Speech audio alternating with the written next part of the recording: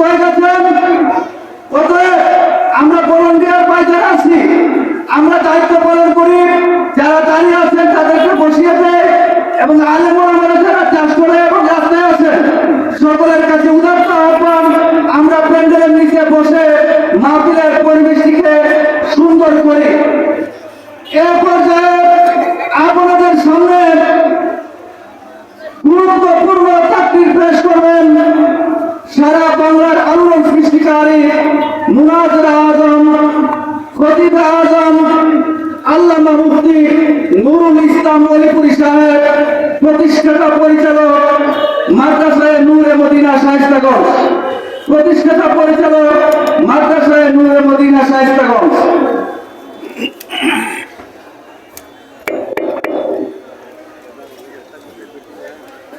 আলহামদুলিল্লাহ নাহমাদুহু ওয়া নাস্তাঈনুহু ওয়া নাস্তাগফিরুহু ওয়া নু'মিনু বিহি ওয়া নাতাওয়াক্কালু আলাইহি ওয়া নাউযু বিল্লাহি মিন শুরুরি আনফুসিনা ওয়া মিন সাইয়্যাতি আ'মালিনা।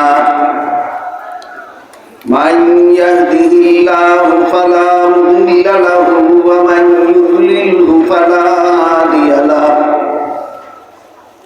ونشهد أن لا إله إلا الله وحده لا شريك له ونشهد أن سيدنا ونبينا ومولانا محمدا عبده ورسوله صلى الله تعالى عليه وعلى آله وأصحابه وبارك وسلم. أما بعد فأعوذ بالله من الشيطان الرجيم. بسم الله الرحمن الرحيم. يا أيها الذين آمنوا كتب عليكم الصيام كما كتب على الذين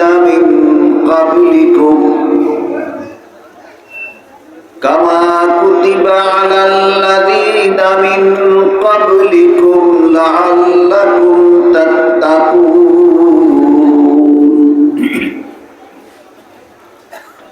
وقال رسول الله صلى الله عليه وسلم إن الله فرض صيام رمضان عليكم وسننت لكم قيامه فمن صامه وقامه إيمانا واحتسابا خرج من ذنوبه كيوم ولدته أمه أو كما قال عليه الصلاة والسلام. শ্রদ্ধেয় সভাপতি, হযরত উলামায়ে কেরাম, এলাকার সর্বস্তরের মুসলমান ভাইয়েরা আমার, আমি আশা করি মুসলমান হিসাবে আপনারা সকলে জানেন যে ইসলাম ধর্মের ভিত্তি হলো 5টা। 1 নম্বর কলেমা স্বীকার করা, 2 নম্বর 5 বেলা নামাজ কায়েম করা, 3 নম্বরে রমজান মাসে রোজা রাখা, 4 নম্বরে ধনীদের যাকাত দেওয়া, 5 নম্বরে সামর্থ্যবানদের হজ করা। এই 5টাকে আমরা অতি সংক্ষেপে বলে থাকি কলেমা, নামাজ, রোজা, হজ, যাকাত। এই 5টা হলো ইসলাম ধর্মের ভিত্তি, ইসলাম ধর্মের স্তম্ভ। এর মধ্যে তৃতীয় স্তম্ভটা হলো রমজান মাস মাসে রোজা রাখা, যা এই আমাদের সামনে উপস্থিত। আর কয়েকদিন পরেই পবিত্র রমজান মাস শুরু হবে। একাধারে একটি মাস থাকবে। এই রমজান মাসের রোজা রাখা সম্পর্কে আল্লাহ কুরআনে যত আয়াত নাযিল করেছেন, তার মধ্যে একটি আয়াত আমি আপনাদের সামনে তিলাওয়াত করেছি এবং রমজান মাস সম্পর্কে রাসূল করিম সাল্লাল্লাহু আলাইহি ওয়াসাল্লাম যত হাদিস উম্মতের হাতে রেখে গেছেন, তার মধ্যে একটি হাদিস আমি আপনাদের সামনে তিলাওয়াত করেছি। তিলাওয়াতকৃত আয়াতটি হলো সূরাতুল বাকারার 183 নম্বর আয়াত। সূরাতুল বাকারার 183 নম্বর আয়াতে আল্লাহ বলেন, ইয়া আইয়ুহাল্লাযীনা আমানু, অর্থাৎ হে ঈমানদারগণ, কুতিবা আলাইকুমুস সিয়াম, রোজা রাখা তোমাদের জন্য ফরজ করা হলো। সূরাতুল বাকারার 183 নম্বর আয়াতের শুরুতেই আল্লাহ মুমিন মুসলমানদের সম্বোধন করে বলেন, রোজা রাখা তোমাদের জন্য ফরজ করা হলো। মাসের নামটা এখানে বলেন, মাসের নাম বলেছেন সূরাতুল বাকারার 185 নম্বর আয়াতের শুরুতে। সেখানে আল্লাহ বলেছেন শাহরু রমাদান, রমজান মাসের দিনগুলিতে রোজা রাখা ফরজ। 83 নম্বর আয়াতে রোজা রাখা ফরজ বলেছেন, 85 নম্বর আয়াতের শুরুতে মাসের নাম উল্লেখ করে দিয়েছেন রমজান মাস। বুঝে থাকলে বলুন তো, কোন মাসে রোজা রাখা ফরজ? রমজান মাসে। 83 নম্বর আয়াতের শেষের দিকে বলেন, লাআল্লাকুম তাত্তাকুন, তোমরা ইচ্ছা করলে এই রোজার মাধ্যমে তাকওয়া অর্জন করতে পারো। রোজার মাধ্যমে তাকওয়া অর্জন করার ব্যবস্থা আছে। তাকওয়া কিভাবে অর্জন করা যায়, ব্যবস্থা কি, তা বোঝার আগে আমরা বুঝে নেই তাকওয়া কাকে বলে। একবার হযরত উমর ফারুক রাদিয়াল্লাহু তাআলা আনহু হযরত উবাই ইবনে কাব রাদিয়াল্লাহু আনহুকে জিজ্ঞাসা করেছিলেন, তাকওয়া কাকে বলে?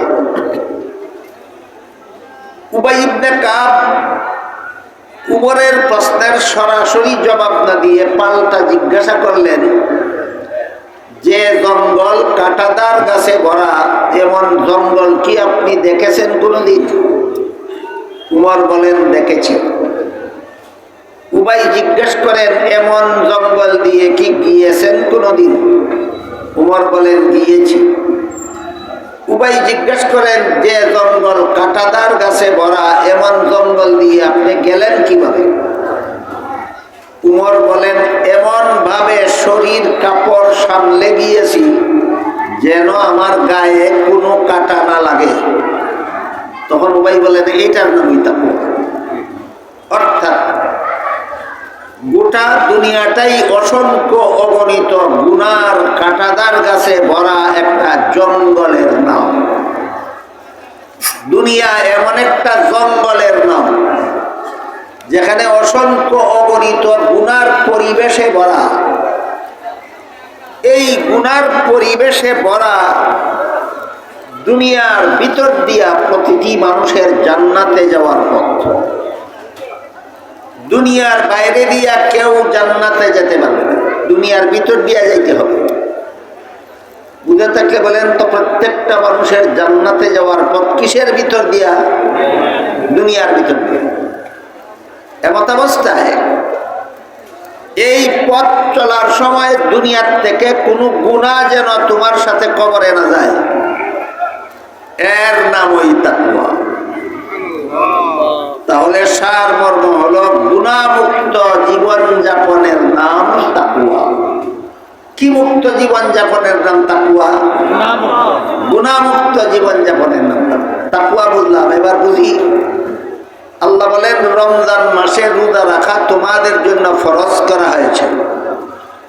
ইচ্ছা করলে তোমরা এর মাধ্যমে গুনাহমুক্ত জীবন যাপন অর্জন করতে পারো। সেটা কিভাবে? তার কারণ হলো রমজান মাসের দিনের বেলায় আল্লাহর হুকুম পালনের উদ্দেশ্যে শরীরের দুইটা অঙ্গকে তার উপভোগ থেকে বারণ করে রাখার নাম হলো রোজা। জিহ্বার উপভোগ থেকে দিনের বেলায় দিনের বেলায় বিরত থাকার নাম, লজ্জাস্থানের উপভোগ থেকে দিনের বেলায় বিরত থাকার নাম রোজা। এই দুইটা কাছ থেকে বিরত রাখার ব্যবস্থা রোজার মধ্যে কেন দেওয়া হলো? তার কারণ হলো মানুষ খুব সহজে অনেকগুলি গুনার মধ্যে খুব সহজে লিপ্ত হয়ে যায় দুইটা অঙ্গের কারণে। একটা হলো তার জিহ্বার কারণে সহজে গুনায় লিপ্ত হয়, আর একটা হলো তার লজ্জাস্থানের কারণে সহজে গুনায় লিপ্ত হয়। এই জন্য এক হাদিসে রাসূল করিম সাল্লাল্লাহু আলাইহি ওয়াসাল্লাম বলেন, কেউ যদি তার শরীরের দুইটা অঙ্গের ব্যাপারে আমাকে গ্যারান্টি দিতে পারে, আমিও তাকে জান্নাতে পৌঁছে দেওয়ার গ্যারান্টি দিতে পারি। একটা অঙ্গ হলো 32 দাঁতের বেষ্টনে পরিবেষ্টিত জিহ্বা, আর একটা অঙ্গ হলো 2 উরুর বেষ্টনে পরিবেষ্টিত লজ্জাস্থান। যে ব্যক্তি তার জিহ্বাকে কন্ট্রোল করতে পারবে, যে ব্যক্তি তার লজ্জাস্থানকে কন্ট্রোল করতে পারবে, রাসূল বলেন আমি তাকে জান্নাতে পৌঁছে দিতে পারবো। বুঝে থাকলে এবার বলুন তো, মানুষ অতি সহজে অনেকগুলি গুনায় লিপ্ত হয় কত অঙ্গের চাহিদা পূরণের লালসায়? 2 অঙ্গের। এই দুইটা অঙ্গকে রমজান মাসে দিনের বেলায় নিয়ন্ত্রণ করার নাম হইতো রোজা। কাজেই আমি যদি আল্লাহর হুকুম পালনের জন্য ঘরে আমার হালাল খানা মজুদ থাকা সত্ত্বেও সারাদিন না খেয়ে থাকতে পারি, আমি যদি আমার ঘরে হালাল বিবি মজুদ থাকা সত্ত্বেও আল্লাহর হুকুম পালনের জন্য দিনের বেলায় বিবির কাছে না গিয়ে থাকতে পারি, তাহলে হারাম কাজ না করে থাকা সহজ হয়ে যায়। এই হইল রোজার মাধ্যমে তাকওয়া অর্জন করার পদ্ধতি। এই হইল রোজার হাকিকত। সারাদিন আমি না খেয়ে আসি, অথচ ঘরে আমার হালাল খানা মজুদ আছে। খাই না কেন? আল্লাহর হুকুম পালনের জন্য। সারাদিন স্বামী স্ত্রী একত্র হয় না, অথচ স্ত্রীর জন্য স্বামী হালাল, স্বামীর জন্য স্ত্রী হালাল। দিনের বেলায় একত্র হয় না কেন? আল্লাহর হুকুম পালনের জন্য। এভাবে একাধারে 1 মাস পর্যন্ত যারা ঘরের মজুদ হালাল খানা না খাইয়া থাকতে পারে, সারাদিন ঘরে মজুদ আছে হালাল বিবি, তার কাছে না গিয়া থাকতে পারে সারাদিন, তাদের জন্য সকল প্রকার হারাম কাজ তওবা করে ছেড়ে দেওয়া সহজ হয়ে যায়। এই হলো রোজার মাধ্যমে তাকওয়া হাসিল করার পদ্ধতি। এজন্য আল্লাহ সূরাতুল বাকারার 183 নম্বর আয়াতে শুরুতে বলেন, রোজা রাখা তোমাদের জন্য ফরজ করা হলো। আয়াতের শেষের অংশে বলেন লাআল্লাকুম তাত্তাকুন, যেন তোমরা রোজার মাধ্যমে গুনাহমুক্ত জীবনযাপন অর্জন করতে পারো, হাসিল করতে পারো। তাহলে রোজার 2টা জিনিস আছে। একটা হলো রোজার বাহ্যিক দিক, আর একটা হলো রোজার আভ্যন্তরীণ দিক। রোজার বাইরের অংশ একটা, রোজার ভিতরের অংশ। যেমন মানুষের শরীরের বাহিরের দিক দেখা যায়, ভিতরের দিক দেখা যায় না, কিন্তু ভিতরে অনেকগুলি অঙ্গ আছে কিনা? আছে। মানুষের শরীরের বাইরে শুধু চামড়াটা থাকে, গুরুত্বপূর্ণ অঙ্গগুলি এই চামড়ার বেষ্টনে ভিতরে পরিবেষ্টিত থাকে, যা দেখা যায় না। ঠিক তেমনি ভাবে রোজার বাহ্যিক দিকটা দেখা যায় কি, না খাইয়া থাকা, স্বামী স্ত্রী মিলামিশা না করে সারাদিন থাকা, এটা দেখা যায়। কিন্তু রোজার বাস্তব অবস্থা হলো, আভ্যন্তরীণ অবস্থা হলো, আমি যদি আল্লাহর হুকুম পালনের জন্য সারাদিন হালাল খানা না খেয়ে থাকতে পারি, আমি যদি আল্লাহর হুকুম পালনের জন্য সারাদিন স্ত্রীর কাছে না গিয়ে থাকতে পারি, তাহলে আমি আল্লাহকে সন্তুষ্ট করার জন্য সকল প্রকার হারাম কাজ ছেড়ে দিতে পারবো না কেন? এই শিক্ষা গ্রহণ করা রোজার আভ্যন্তরীণ দিক। রোজার একটা হইল বাইরের দিক, আর একটা হইল ভিতরের দিক। বাইরে ভিতরে মিল রেখে যারা রোজা রাখবে, আল্লাহ বলেন লাআল্লাকুম তাত্তাকুন, এমন রোজার মাধ্যমে রোজাদার তাকওয়াওয়ালা জীবন লাভ করবে, গুনাহমুক্ত জীবন লাভ করতে সক্ষম হবে। আর যদি আমি শুধু দিনের বেলায় খানাফিনা করি না, বিবির কাছে যাই না, অর্থাৎ রোজাও রাখি, সুদও খাই, রোজাও রাখি, ঘুষও খাই, রোজাও রাখি, মদও খাই, রোজাও রাখি, মিথ্যাও বলি, রোজাও রাখি, দুর্নীতিও করি, রোজাও রাখি, জালিয়াতিও করি, তাহলে আমার মধ্যে রোজার খুলস আছে, মূল নাই। কি আছে? কি নাই? খুলস আছে, মূল নাই। এই রোজার উল্লেখযোগ্য কোনো ফলাফল নাই, একেবারেই ফলাফল নাই তা নয়। যারা খানাফিনা করে না রমজান মাসের দিনের বেলায়, বিবির কাছে যায় না আল্লাহর হুকুম পালনের জন্য, এই দুই কাজ না করাটা হইল রোজার খুলস। আর এই দুই কাজের শিক্ষা গ্রহণ করা, সকল প্রকার গুনাহ থেকে ফিরে আসা হইল রোজার আসল। আসল রোজা হইল গুনাহ বর্জন করা, আর রোজার খুলস হলো খাওয়া দাওয়া এবং মিলামিশা বর্জন করা। আমি যদি রোজার মূল অর্জন না করি, গুনার কাজ এর অভ্যাস না সারি, প্রত্যেক দিনেই দিনের বেলায় খানাফিনা করি না, দিনের বেলায় বিবির কাছে যাই না, কিন্তু মিথ্যা কথা বলি, গীবত করি, সুদ খাই, ঘুষ খাই, দুর্নীতি করি, জালিয়াতি করি, তাহলে আমার মধ্যে রোজার মূল নাই, খুলস আছে। বুঝে থাকলে বলেন কি আছে? কি নাই? কি আছে? মূল নাই, খুলস আছে। এই রোজার উল্লেখযোগ্য কোনো ফলাফল নাই। উল্লেখযোগ্য ফলাফল নাই মানে তোমার রোজা তোমাকে গুনাহমুক্ত করতে পারলো না, তোমার রোজা তোমাকে গুনাহমুক্ত করতে পারলো না, এর মানে হলো রোজার মূল নাই। খুলস যে আছে, এই খুলসটা একেবারে সম্পূর্ণ বিফল নয়, কিছুটা ফল আছে। কি ফল? আপনি রোজা না রাখলে যে গুনাহগার হতেন, ওই গুনাহটা আপনার হবে না। রোজা না রাখার গুনাহ আছে কিনা? রোজা না রাখার গুনাহ থেকে বাঁচলেন এই রোজার খুলসের দ্বারা, আর রোজার মূলের দ্বারা সকল প্রকার গুনাহমুক্ত হয়ে গেলেন।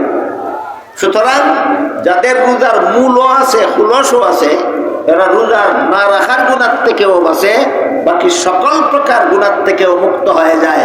এদের রোজা হলো পরিপূর্ণ রোজা, এদের রোজা হলো সফল রোজা, সর্বাঙ্গীন পরিপূর্ণ রোজা।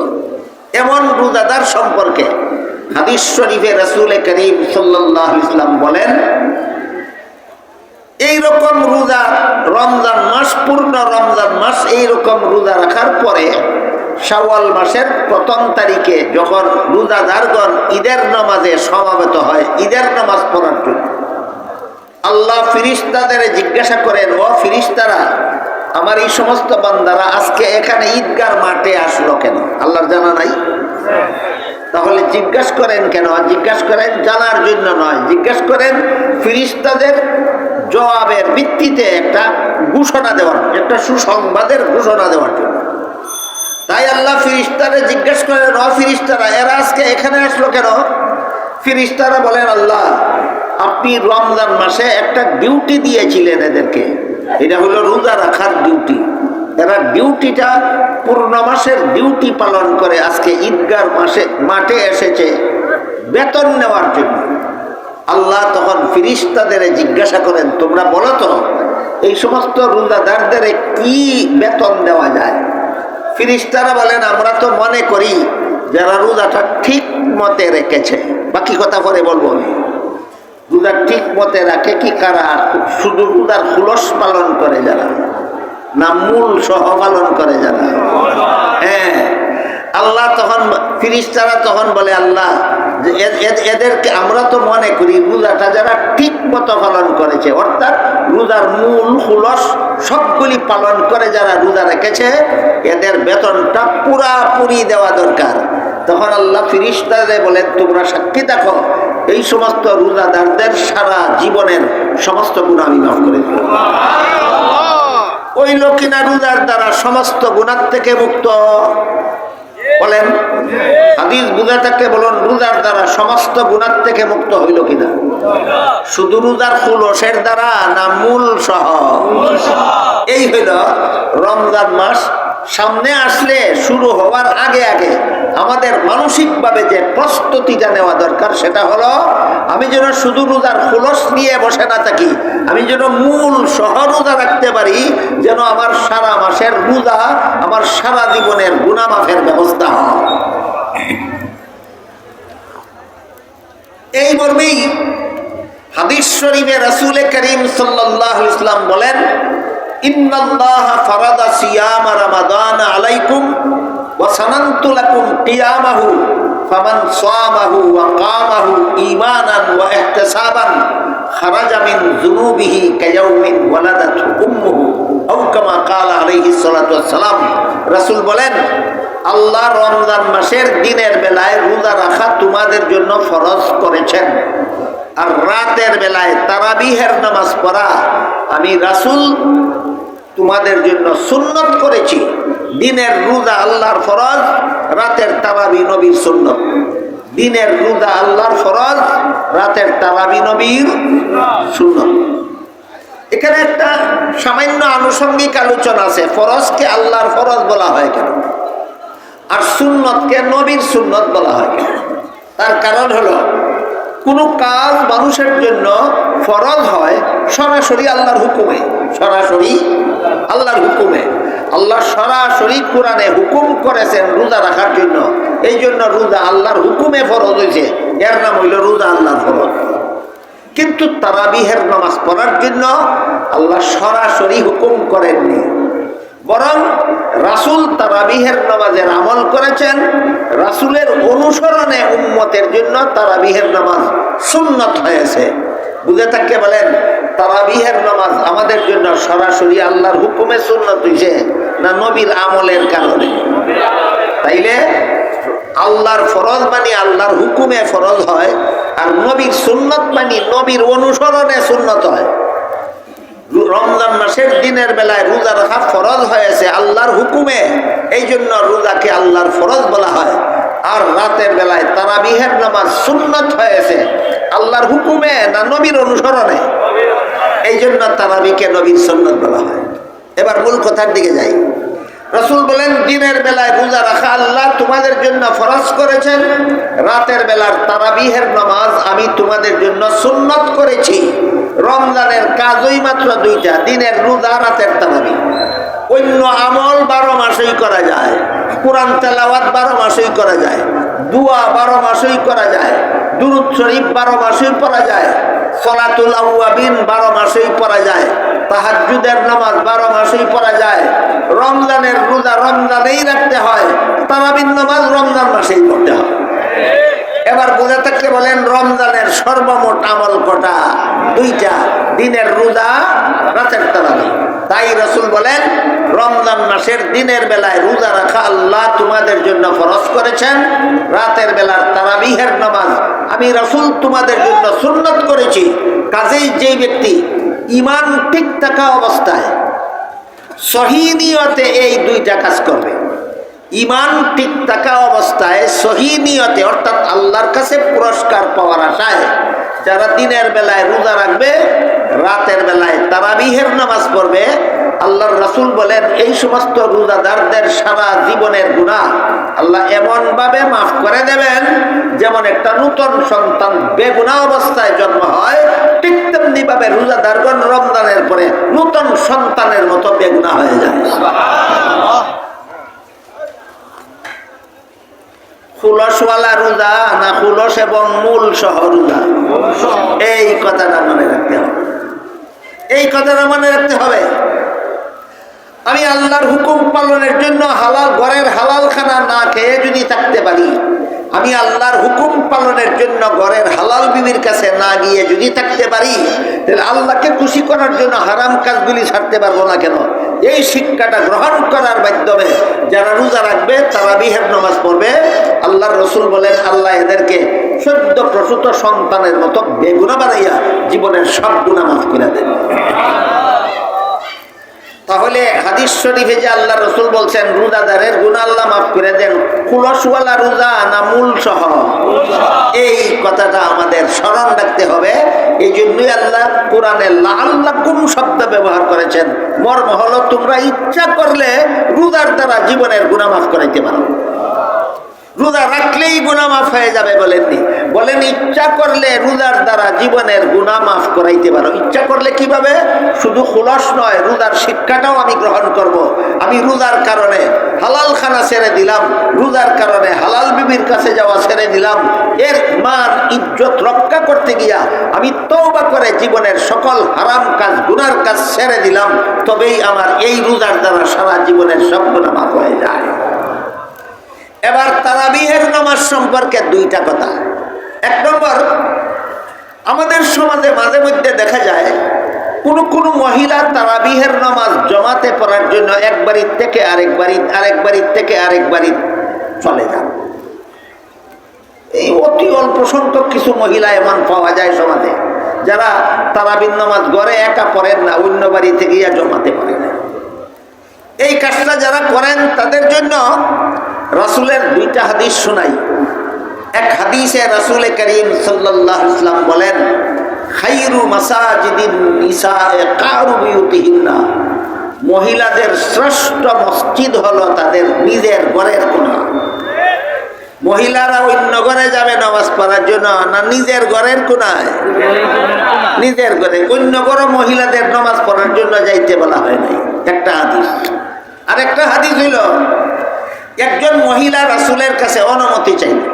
কি অনুমতি? বলে, ওগো আল্লাহর রাসূল, মদিনা শরীফের মসজিদে আপনার ইমামতিতে যখন জমাতে নামাজ হয় তখন আমি সেই জমাতে শরীক হতে চাই, আপনি যদি অনুমতি দেন। কেন? কারণ মদিনা শরীফের জমাতে শরীক হলে এক রাকাতে 50,000 রাকাতের সমান সব। মদিনা শরীফের জমাতে শরীক হইলে এক রাকাতে 50,000 রাকাতের সমান সব। এই জন্য একজন মহিলা মদিনা শরীফের মসজিদে জমাতে শরীক হইতে চাইছে। কোন জমাতে?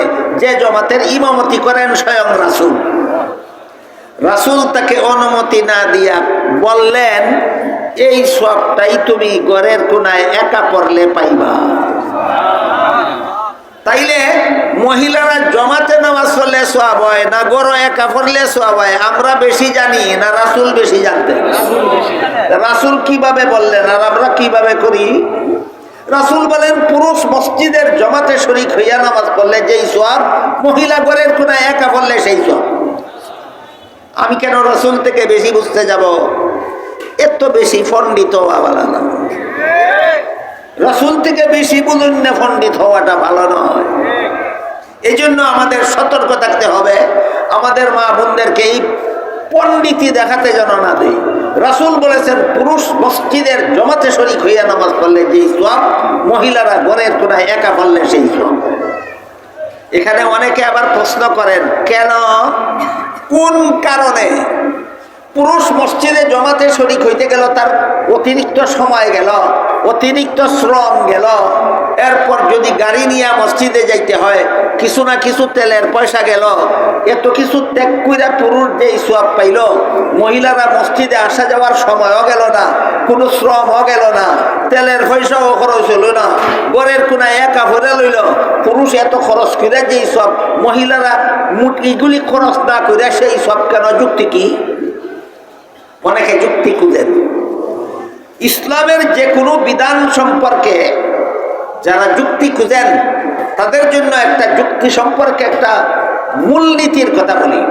হাকিমুল উম্মত হযরত আল্লামা আশরাফ আলী থানভী রাহমাতুল্লাহি আলাইহি আল মাসালিহুল আকলিয়া নামক কিতাবে লিখেছেন, ইসলামে এমন কোনো বিধান নাই যার পক্ষে চূড়ান্ত কোনো যুক্তি নাই। ইসলামের সমস্ত বিধান চূড়ান্ত যুক্তিসম্মত। কি বুঝলেন? ইসলামের কোন বিধান আছে অযৌক্তিক না? সব বিধান না, সব বিধান যৌক্তিক না, সব বিধান চূড়ান্ত যুক্তিসম্মত, যার ফলে আর কোনো যুক্তি নেই। ইসলামের সকল বিধান সাধারণ যুক্তিসম্মত না চূড়ান্ত যুক্তিসম্মত? ইসলামের সমস্ত বিধান চূড়ান্ত যুক্তিসম্মত, কিন্তু ইসলামের সকল বিধানের যুক্তি বোঝার যোগ্যতা সব মানুষের মাথায় নাই। বলেন যুক্তি নাই না সব যুক্তি বোঝার যোগ্যতা সব মানুষের মাথায় নাই? তাইলে রাসূল যে বললেন পুরুষ মসজিদের জমাতে শরীক হইলে যেই সব, মহিলারা ঘরের কোণায় একা পড়লে সেই সব, এই বিধানটা যুক্তি ছাড়া না চূড়ান্ত যুক্তি আছে? আপনারা যদি বুঝতে চান আমি যুক্তিটা বুঝাবার চেষ্টা করব। বুঝতে চান যদি, আমি রাসূলের এই রাসূল যে ইসলামের এই একটা বিধান ঘোষণা দিলেন যে পুরুষ মসজিদের জমাতে শরীক হইলে যেই সব, মহিলার ঘরের কোণায় একা নামাজ পড়লে সেই সব, এর পক্ষে চূড়ান্ত যুক্তিটা কি আমি একটু আপনাদের বুঝাবার চেষ্টা করি। মসজিদে জমাতে শরীক হয়ে নামাজ পড়া পুরুষের জন্য সুন্নত। ধরুন আপনি একজন পুরুষ, আপনার একটা 6 মাসের শিশু বাচ্চা আছে না? কোনো মুসলমানের জীবনে কোনোদিন 6 মাসের শিশু বাচ্চা থাকে না। ধরেন আপাতত আপনার একটা 6 মাসের শিশু বাচ্চা আছে, আপনি বাচ্চার বাবা, আপনার জন্য ঘরের কোনায় একা নামাজ পড়া সুন্নত না মসজিদে গিয়া জমাতে পড়া সুন্নত? বাচ্চাটারে লইয়া যাইবেন না থুইয়া যাবেন আগে ফয়সালা করেন, যুক্তি পরে বুঝবেন। বাচ্চাটারে লইয়া যাইবেন 20 রাকাত তারাবির নামাজ মসজিদে জমাতে পড়ার জন্য না বাচ্চাটা ঘরে থুইয়া যাবেন? রাহেন থুইয়া পরে যাবেন, আগে লইয়া গেলে কি হয় বুঝা লই। আপনার 6 মাসের শিশু বাচ্চা কুলো কইরা লইয়া গিয়া তারাবির নামাজ 20 রাকাত তারাবির নামাজ পড়ার জন্য মসজিদে গিয়া শরীক হইলেন ইমাম সাহেবের পিছনে, কমপক্ষে তো 1 ঘন্টা সময় লাগবে। এই 1 ঘন্টা সময়ের ভিতরে আপনার 6 মাসের শিশু বাচ্চাটা আপনার কুলে পেশাব করবে না গ্যারান্টি আছে? পায়খানা করবে না গ্যারান্টি আছে? খাওয়ার জন্য চিল্লা চিল্লি করবে না গ্যারান্টি আছে? অগত্যা যদি 5 রাকাত করলে 6 রাকাত করলে 10 রাকাত করলে বাচ্চা পেশাব করে দেয়, তখন আপনার নমাজের কি উপায় হবে? আপনার 60 বেলের নমাজের কি উপায় হবে? আর মসজিদের এই কি দুর্দশা হবে? সুতরাং 6 মাসের শিশু বাচ্চার বাবার পক্ষে বাচ্চাকে কুলে নিয়ে জমাতে শরীক হওয়া সম্ভব নয়। বাধ্য হইয়া বাচ্চাটা রেখে দেবেন। এবার বলেন কোথায় রেখে দেবেন? আর একজন পুরুষের কাছে না বাচ্চার মায়ের কাছে? বাচ্চার মায়ের কাছে আপনার 6 মাসের বাচ্চারে ঘরে রেখে গিয়া ইমাম সাহেবের পিছে তারাবির নামাজের জমাতে শরীক হইলেন। খুতবা তারাবি হইলে তো 2 ঘন্টাও লাগতে পারে, 2.5 ঘন্টাও লাগতে পারে। আজকাল কিন্তু খুতবা তারাবির মধ্যে আর একটা মহাবিপদ নাজিল হইছে।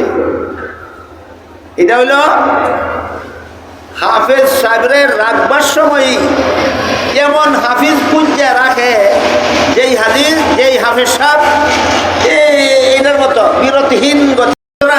আপনার বিবি আপনার ঘর দেখাশোনা করে, আপনার ঘরের সামান দেখাশোনা করে, আপনার বাচ্চা দেখাশোনা করে, এই জন্য আপনি মসজিদে গিয়ে খুতবা তারাবি করতে পারেন টেনশন মুক্ত অবস্থায়। বিবি যে বিবির কারণে পারলেন, এই বিবি জমাত না হইলে আল্লাহ রাসূল বলেন জমাতের সওয়াব। কাজে আমরা যেন রসুল থেকে বেশি না বুঝি, আমরা যেন রসুল থেকে বড় পণ্ডিত না হই। আমাদের মা বোনদেরকে যেন মসজিদের তারাবির নামাজ জমাতে পড়ার জন্য এই বাড়ির থেকে ওই বাড়ি, ওই বাড়ির থেকে সেই বাড়ি যেন আমাদের মা বোনদেরকে জমাতে নামাজ পড়ার জন্য না পাঠাই। তাহলে পাঠাইলে বোঝা গেল রসুল কম বুঝে আমি বেশি বুঝি। পাঠাইলে কি সাব্যস্ত হয়? রসুল কম বুঝে আমি বেশি বুঝি। অত পণ্ডিতি বালা না, রসুল থেকে বেশি বুঝছো না। রসুল যেই পরিমাণ বুঝেছে এই পরিমাণ বুঝো। এখানে এসে কেউ কেউ একটা মেয়াদ রহিত হাদিসের দ্বারা পাল্টা দলিল দেয়। কি রহিত কইছি? মেয়াদ রহিত বুঝেন? ফার্মেসি থেকে একটা ঔষধ কিনলেন, এটার মধ্যে ঔষধের প্যাকেটের গায়ে লেখা আছে 2020 সাল থেকে 2020 সালের জানুয়ারি থেকে 2024 সালের জানুয়ারি পর্যন্ত কার্যকর। 2025 সালের 24 সালের জানুয়ারি পর্যন্ত কার্যকর। বলেন এই ওষুধটা 2025 সালের ফেব্রুয়ারিতে চলবনি? চলবে না কেন? মেয়াদ শেষ। চলবে না কেন? এরকম একটা মেয়াদ শেষ হাদিস দিয়া কিছু লোকে রসুলের এতগুলি হাদিসের বিরুদ্ধে জেরা করে, সাফাবাজি করে। সেই হাদিসটা হলো রসুল করিম সাল্লাল্লাহু আলাইহি ওয়াসাল্লাম দুনিয়াতে থাকাকালে সাহাবায়ে কেরামদেরকে বলেছিলেন, তোমাদের মহিলারা যদি মসজিদের জমাতে শরীক হতে চায় বাধা দিও না। এই হাদিস, তোমাদের মহিলা যদি মসজিদে গিয়ে আমাদের জমাতে শরীক হতে চায় বাধা দিও না। নবীর ইন্তেকালের পরে নবীর বিবি আয়েশা বলেন, নবী যখন বলেছিলেন তখন সেই পরিবেশ ছিল, নবীর ইন্তেকালের পরে মহিলারা মসজিদে গিয়ে জমাতে শরীক হবার পরিবেশ নাই। এখনের পরিবেশ রসুল দেখলে নিজেই নিষেধ করে দিতেন। বলেন রসুলের হাদিসটা নবীর বিবি আয়েশা কম বুঝেন, আমরা বেশি বুঝি। এত পণ্ডিতি বালা না, এত পণ্ডিতি বালা না। নবীর হাদিস নবীর বিবির থেকে বেশি বুঝতে যায় না। নবীর বিবি আয়েশা বলেন, এই হাদিসের কার্যকাল নবীর জীবদ্দশা পর্যন্ত, নবীর ইন্তেকালের পরে এই হাদিসের কার্যকাল বাকি না। কি লাগুজেনি কথা? এই হইল তারাবির নামাজের ব্যাপারে বলছিলাম দুইটা কথা। একটা হইল আমাদের মহিলারা যদি তারাবির নামাজের জমাতে শরীক হতে চায় তাহলে এটা সুন্নত তরিকা মতে তারাবি করলো না, সুন্নতের খেলাফ করলো। পুরুষ যেভাবে একা একা নামাজ পড়লে সুন্নতের খেলাফ হয়, মহিলারা জমাতে শরীক হইলে সুন্নতের খেলাফ হয়। আমাদের মা বোনরা যেন সুন্নতের খেলাফ যেন এই কাজটা করতে না পারে, এই ব্যাপারে আমাদের সতর্ক থাকা দরকার। 2 নম্বর কথা, কয়েক বছর যাবৎ দয়ার একটা বিতর্ক সৃষ্টি করা হয়েছে পরিকল্পিতভাবে। সেটা হইল তারাবির নামাজ 20 রাকাত না 8 রাকাত। সেটা হইল তারাবির নামাজ 20 রাকাত না 8 রাকাত। আপনারা কি জানেন 8 রাকাত না 20 রাকাত? 20 রাকাত। তারাবির নামাজ 20 রাকাত রাসূল পড়েছেন। তারাবির নামাজ 20 রাকাত খুলাফায়ে রাশিদিন পড়েছেন। তারাবির নামাজ 20 রাকাত সাহাবায়ে কেরাম পড়েছেন। তারাবির নামাজ 20 রাকাতের কম নয়। 4 মাযহাবের 4 ইমাম বলেছেন তারাবির নামাজ 20 রাকাত সারা দুনিয়ার মুসলমান 1500 বছর যাবত পড়ে আসতেছে। হঠাৎ করে একদলে আয়েশা বলে তারাবির নামাজ 20 রাকাত নয় 8 রাকাত। এদেরকে যখন জিজ্ঞাসা করা হয় তোমরা তারাবির নামাজ 8 রাকাত চাইলা কই? বুখারী শরীফের হাদিস আছে। বুখারী শরীফ নামের কিতাবটা তার হাতে উঠাইয়ে দিয়ে বলেন কোন হাদিসও আছে দেখাও। কয় আমি পড়তাম পারি না। কেতনা বড় পণ্ডিতের ঘরের পণ্ডিত, যেই কিতাব পড়তেই পারে না এই কিতাব আছে, কয় হায়ালজ্জা থাকা দরকার। ঠিক আছে তুমি পড়তে পারো না কইলা কেন? কয় বাংলা বুখারী পাইছি। তখন কি কয়? আপনারাই বলেন বাংলা বুখারী কি মূল কিতাব না অনুবাদ? ঠিক আছে অনুবাদই দেখাও, বুখারী শরীফের বাংলা অনুবাদই দেখাও। কোন হাদিসে কত নম্বর হাদিসে আছে তারাবির নামাজ 8 রাকাত? তখন বাইর করে একটা হাদিস দেখায়। হাদিসটা আমি আগাগোড়া আপনাদের শোনাই। হাদিসটা হলো নবীর বিবি আয়েশা বলেন রাসূল করিম সাল্লাল্লাহু আলাইহি ওয়াসাল্লাম এশার পর থেকে ফজরের পূর্ব পর্যন্ত গভীর রাতে যে নামাজগুলি পড়তেন এইগুলিকে হাদিসের ভাষায় সলাতুল লাইল বলা হয়, রাতের নামাজ। আল্লাহ রসুল এশার পরে ফজরের আগে গভীর রাতে যে নামাজগুলি পড়তেন এইগুলির হাদিসের ভাষায় কয় রাতের নামাজ। নবীর বিবি আয়েশা বলেন রাতের নামাজ আল্লাহর রাসূল বিতির সহ 11 রাকাত পড়তেন। রাতের নামাজ আল্লাহ রসুল বিতির সহ 11 রাকাত পড়তেন। এবার বলুন তো 11 রাকাত থেকে 8 রাকাত আলাদা করলে বিতিরের ভাগে ক রাকাত থাকে? 3 রাকাত। 8 রাকাত এটা তারাবি না অন্য কিছু আমরা পরে দেখবো। এর আগে কিন্তু আর একটা কাম হইয়া গেছে গা। কি?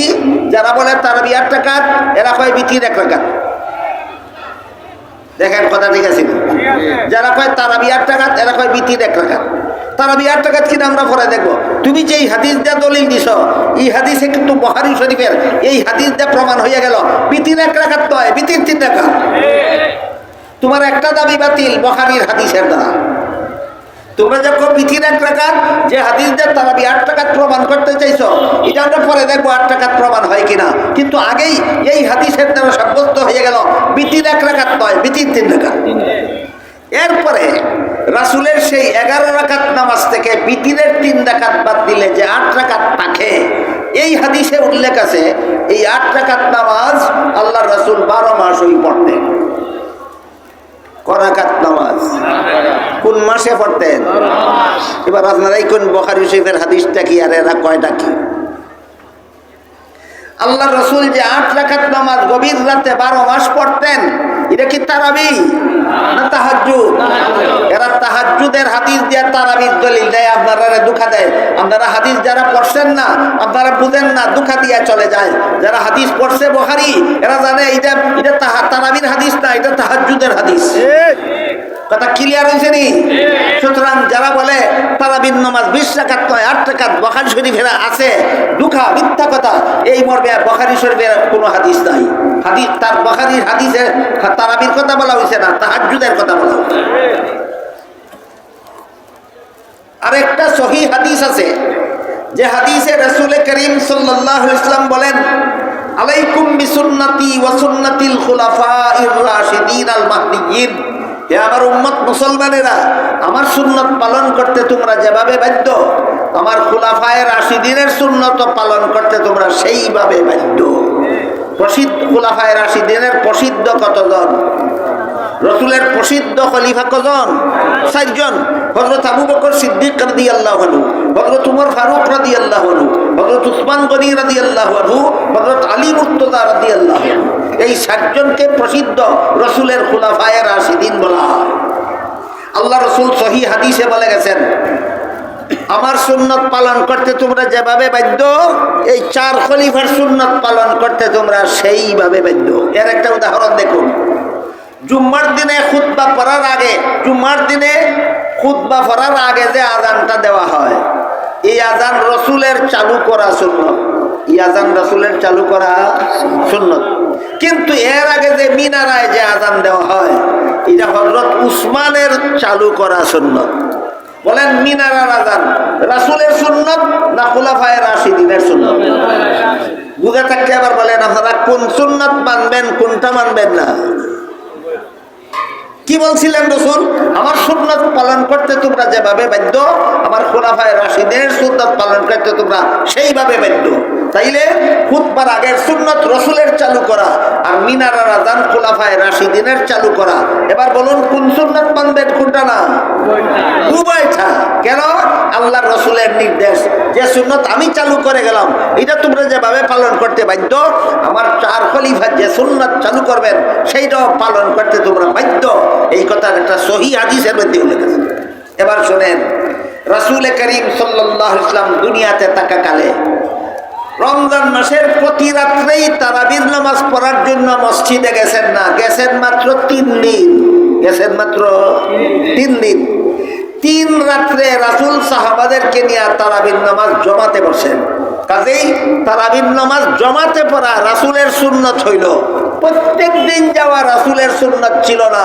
এটা হযরত উমর ফারুক রাদিয়াল্লাহু আনহু চালু করেছেন। তারাবির নামাজ জমাতে পড়ার ব্যবস্থা রাসূল চালু করেছিলেন, আর প্রতিদিনই তারাবির নামাজ জমাতে পড়ার ব্যবস্থা হযরত উমরে চালু করেছেন। এবার বলেন কোনটা মানবেন, কোনটা না? উভয়টা। এই জন্য হযরত উমর ফারুক রাদিয়াল্লাহু আনহু প্রত্যেক দিন তারাবির নামাজ জমাতের সাথে পড়ার যে ব্যবস্থা চালু করেছিলেন, ওইখানে ছিল তারাবির নামাজ 20 রাকাত। সাহাবায়ে কেরাম হযরত উমরের চালু করা জমাতে 20 রাকাত তারাবিহের নামাজ পড়ছেন। এতে কোনো সাহাবাদের দ্বিমত ছিল না। সমস্ত সাহাবায়ে কেরামের ঐক্যমতে তারাবির নামাজ 20 রাকাত সুন্নাত। যারা বলে 8 রাকাত, এরা সুন্নতি নয়, বেদাতি। নারে তাকবীর! নারে তাকবীর! দ্বীন ইসলাম! দ্বীন ইসলাম! উলামায়ে হক্কানি! উলামায়ে দাওয়াত! ইমাম পরিষদ মাহফিল! নারে তাকবীর! এবার আমরা রাসূলের আলোচিত হাদিসটা আবার বোঝার চেষ্টা করি। হাদিস শরীফে রাসূল করিম সাল্লাল্লাহু আলাইহি ওয়াসাল্লাম বলেন, ইন্নাল্লাহা ফারাদা সিয়াম রামাদান আলাইকুম ওয়া সানানতু লাকুম কিয়ামাহু ফামান সামাহু ওয়া কামাহু ঈমানান ওয়া ইহতিসাবান খারাজা মিন যুনুবিহি কায়াউমিন ওয়ালাদাতহু উম্মুহু আও কামা ক্বালা আলাইহিস সালাতু ওয়াস সালাম। অর্থাৎ রাসূল বলেন, রমজান মাসের দিনের বেলায় রোজা রাখা আল্লাহ তোমাদের জন্য ফরজ করেছেন। রাতের বেলায় তারাবিহের নামাজ পড়া আমি রাসূল তোমাদের জন্য সুন্নত করেছি। ঈমান ঠিক রেখে আল্লাহর কাছে পুরস্কার পাওয়ার আশায় যারা সঠিকভাবে রমজান মাসের রোজাগুলি রাখবে, তারাবিহের নামাজ 8 রাকাত পড়বে না 20 রাকাত পড়বে? আল্লাহর রাসূল বলেন আল্লাহ তাদের জীবনের সমস্ত গুনাহ মাফ করে দিবে। রোজাগুলি ঠিক পথে রাখার, 20 রাকাত তারাবির নামাজ পড়ার সৌভাগ্য আল্লাহ আমাদের সবাইকে দান করুন, যার উসিলায় আমাদের জীবনের সমস্ত গুনাহ মাফ হয়ে যায়। আমিন। ওয়া আখিরু দাওয়ানা আনিল হামদুলিল্লাহি রাব্বিল আলামিন।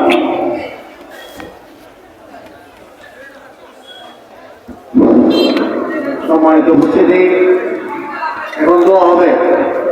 اغفر لنا وترحمنا لنكونن من الخاسرين ربنا آتنا في الدنيا حسنة وفي الآخرة حسنة وقنا عذاب النار يا الله এই মুবারক সমাবেশকে কবুল আর মঞ্জুর করেন। ইয়া আল্লাহ এর উসিলায় আমাদের জিন্দেগানকে হেদায়েত করেন। ইয়া আল্লাহ সমস্ত মুমিন মুসলমান জিন্দেগানকে নাজাত দান করেন। ইয়া আল্লাহ এখানে কোরআন হাদিস থেকে যা কিছু আলোচনা হলো আমাদের বুঝার এবং আমল করার, পালন করার তৌফিক দান করেন। ইয়া আল্লাহ আমার কাছে যারা যত রকমের দোয়ার দরখাস্ত করছেন প্রত্যেকের নেক দোয়াকে কবুল মঞ্জুর করেন। ইয়া আল্লাহ যারা যত আশা নিয়ে হাত উঠাইলাম প্রত্যেকের নেক বাসনারে কবুল আর মঞ্জুর করেন। ইয়া আল্লাহ যেইভাবে রোজা রাখলে জীবনের গুনাহ মাফ হয়ে যায়, ইয়া আল্লাহ যেইভাবে তারাবিহের নামাজ পড়লে জীবনের গুনাহ মাফ হয়ে যায়, সেইভাবে রোজা রেখে তারাবির নামাজ পড়ে ইয়া আল্লাহ রমজান মাসের ভিতরে ভিতরে আমাদের জীবনের সমস্ত গুনাহ থেকে মুক্ত হওয়ার তৌফিক দান করেন। ইয়া আল্লাহ যে সমস্ত উলামায়ে কেরাম, বুজুর্গানে দ্বীন, মুমিন মুসলমান দুনিয়া থেকে বিদায় হয়ে গেছেন তাদের কবরকে জান্নাতের বাগান বানিয়ে দেন। ইয়া আল্লাহ জান্নাতুল ফিরদাউসে তাদের ঠিকানা করে দেন। আর যে সমস্ত উলামায়ে কেরাম, বুজুর্গানে দ্বীন, মুমিন মুসলমান এখনো দুনিয়াতে বেঁচে আছেন তাদের সবাইকে হায়াতের তৈয়বা দান করে দেন। ইয়া আল্লাহ আমাদের সকলের পক্ষ থেকে লক্ষ লক্ষ কোটি কোটি দুরূদ সালাম রাসূল করিম সাল্লাল্লাহু আলাইহি ওয়াসাল্লামের রওজা শরীফে পৌঁছে দেন। রব্বানা তাকাব্বাল মিন্না ইন্নাকা আনতাস সামিউল আলিম ওয়া তুব আলাইনা ইন্নাকা আনতাত তাওয়াবুর রহিম ওয়া সুবহানা রাব্বিকা রাব্বিল ইজ্জাতি আম্মা ইয়াসিফুন ওয়া সালামুন আলাল মুরসালিন ওয়ালহামদুলিল্লাহি রাব্বিল আলামিন। আমিন বিরহমাতিকা ইয়া আরহামার রাহিমিন।